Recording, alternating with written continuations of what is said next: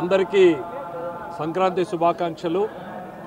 వైకుంఠ ఏకాదశి పర్వదినం రోజున స్వామివారి దర్శనం చేసుకోవడం జరిగింది. ప్రధానంగా తిరుపతి దేవస్థానం ధర్మకర్తల మండలికి నేను హృదయపూర్వకంగా కోరుకునేది ఒకటి,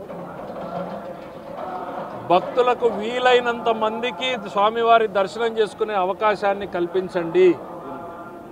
స్వామివారికి వేల కాదు లక్షల్లో వచ్చేటువంటి భక్తులకి ఏ రకమైనటువంటి ఏర్పాట్లు చేయాలి అనేటువంటి విధానాన్ని అవలంబించుకోవాలని కోరుతున్నాను తప్ప ఈ రెస్ట్రిక్టివ్ ప్రాక్టీస్ 45,000 మందే రావాలి, టికెట్లు బుక్ చేసుకున్న వాళ్ళు మాత్రమే రావాలి, ఇది వేల సంవత్సరాలుగా లేనటువంటి సంప్రదాయం.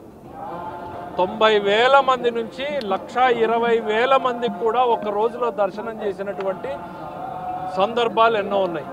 సగటున 80,000-90,000 మందిని స్వామివారి దర్శనం చేసుకునేటువంటి అవకాశం ఉన్న చోట 45,000 మందికే తగ్గించడము అనంటే 45,000 మంది భక్తుల్ని మరొక అవకాశం లేకుండా చేయడమే.